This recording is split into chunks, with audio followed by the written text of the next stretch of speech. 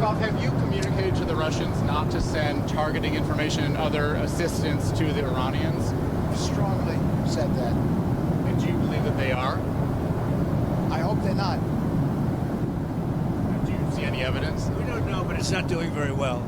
If they are, it's not helping much. If you take a look at what's happened to Iran in the last week, if they're getting information, it's not helping them much. What would it mean to you if they were? I mean, even if it's not helping the Iranians particularly much, it's still involving themselves in a conflict that they're not directing. They'd say we do it against them, wouldn't they? Huh? Wouldn't they say that? We do it against them. I don't know. Look, they can give all the information that they want, but the people they're sending it to are overwhelmed.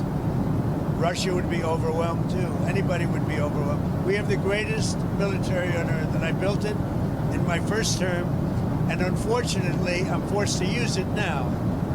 But when you look at what we did with Venezuela, when you look at what we did with the B-2 bombers, that was a very big moment because Iran was going to have a nuclear weapon within 2 or 3 weeks, and that stopped it, and it stopped it cold. And you ask about maybe going back and getting that, something could happen at the right time. Is Iran running out of missiles and drones, or do you expect those counterattacks to continue with that? Not only that, manufacturing capability also. We've hit the manufacturing very hard. They're at about 9% of what they sent out in the first 2 days, and we think that's because they don't have that much. We've knocked out about 70% of the launchers. The launchers are a big deal.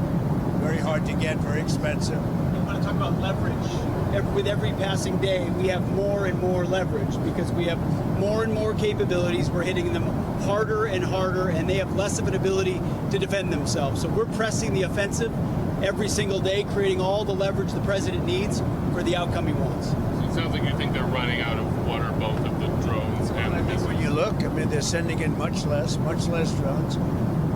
They're being decimated now. You know, at some point, I don't think there'll be anybody left maybe to say we surrender, but they're being decimated. And when you look also, all of a sudden they apologized to the Middle Eastern states that they shot at them. I was very surprised to see they did that, but you mark that down as a victory for us and for the Middle Eastern states who are really friends of ours.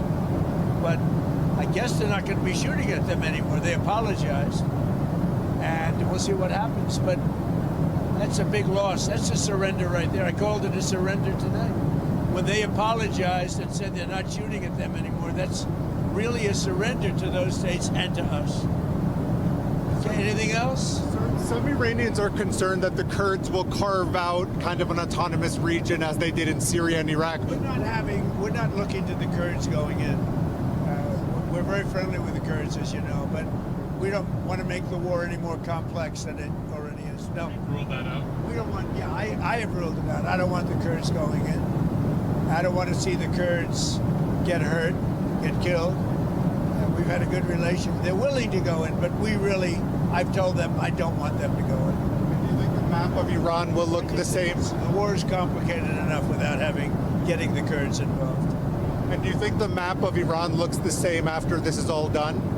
That I can't tell you. Probably not. Do you know if any shipping companies have taken the U.S. up on its offer of insurance to go through the Strait of Hormuz? No, we have it set up. We have a great insurance and reinsurance system, but I don't.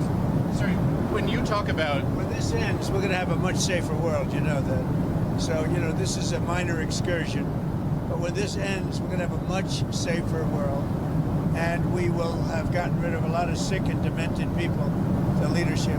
So we got rid of the one leadership, then we got rid of the second level of leadership. Now they're on their third or fourth level of leadership. And they have leaders right now that nobody even knows who they are. Thank you very much, everybody. Thank you.